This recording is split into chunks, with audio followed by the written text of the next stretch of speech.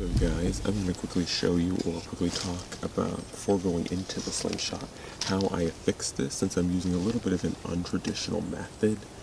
I've just been playing around with different methods on how to affix things, and this is of course using Paracord, and this is kind of experimental. I've never really tried this method, but I think it's pretty good. And the way I'm using, or the way I'm doing this, in case you guys can't tell, this is a San Diego jam knot up here, and then what I did, and I'll show in more detail on this side, is that I wrapped around these two pieces here 3 times and then just ran this piece of paracord, the long piece, through the 3 pieces or through these 3 loops that I created over both of these sides, and just pulled it. And I'm not quite finished here, but what I'm going to do to keep it is just to put a simple overhand knot to keep this cord from going back. So that is how I'm going to finish on this side at least. And I'm just going to leave this little tail here for now, but I will snip that off and work on the other side. Just a quick tutorial for all those who do not know how to tie the San Diego jam knot. I'm not going to comprehensively go over it, but you make a loop, wrap the first one around your thumb, and then for this particular jam knot, I'm using 3 wraps, and then you take it after that 3rd wrap, and you stick it behind all of the loops that you've made. It'll be a little bit tricky here. And then that is essentially a San Diego jam knot. So there we go. Sorry I didn't show that. My battery's running low, or a little low today. This is a cold day out here. It's around 35 above. So I have to try and spare as much battery as possible. As you guys can hopefully see there, these are a little bit disproportional, but this entire thing is a little disproportional. Now on to the pouch. For this one in particular, just because, like I said, I'm running a little bit low on battery, I don't want a long process of finding natural materials and weaving them into a pouch, though I will probably do that in future parts. I do plan to make multiple different styles of slingshots out here, and once again, sorry for my voice. It's quite cold out here. But anyways, I just have a simple leather pouch, as you guys can see, already cut with holes pre-tapped in, and all I'm going to do is just do a simple overhand knot in the actual rubber. Sorry, I can't show this to you guys. It requires 2 hands to do these overhand knots, but just really basic overhand knots, and that is going to pretty much attach it to the pouch to this rubber. So it was a little bit more complex here. I just had to add some additional paracord stopping because this pouch was originally on another slingshot that actually ended up stretching these holes a little bit larger than they should be.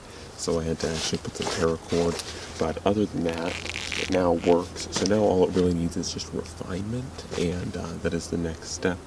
For that, once again, because my camera is running low, I will roll in pictures, but I did want to quickly talk about this and just kind of how I built it and what I made it out of, and just some things that you guys can do if you want to make it feel expedient slingshot for yourself. So, of course, this is willow. I'm not sure if you guys could get the idea from that, but this is willow. Willow is really the only thing up here in Alaska that has such good forks, and when building a slingshot, you want to make this a lot like a normal slingshot that you'd get, and you want very wide tines or forks, and that is why I ended up cutting this middle one.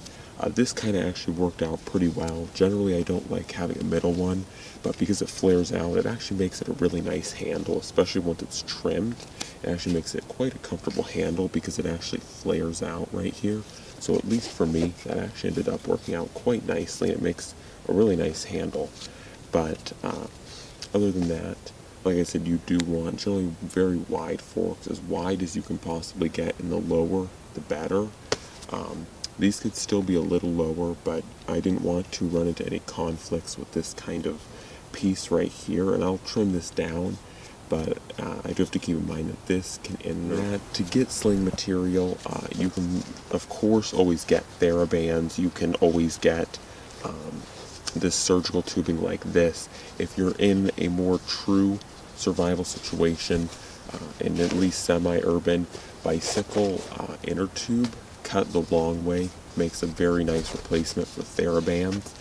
And That is a good way to, if you don't have just normal bands like these, to actually get some pretty good banding for slingshots. Once again, in the future I will be doing more slingshots of different styles. This is a pretty basic style, but I thought it was pretty neat to integrate this paracord lashing style here.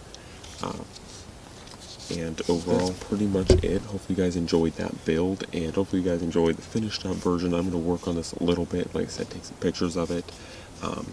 But that is pretty much it for me talking. And don't forget to comment, like, share, subscribe, leave your thoughts on this. Next time I will try and do a Bushcraft-esque or more natural version of pouch. But like I said, I just don't have enough battery right now because it's so cold. These batteries drain really fast. So I just don't have enough battery to actually show that part, but another piece I will show that. But overall, this definitely does work, and highly recommend you guys check it out. And like I said, don't forget to comment, like, share, subscribe, and tell me what your thoughts are on this slingshot and any slingshots you've made.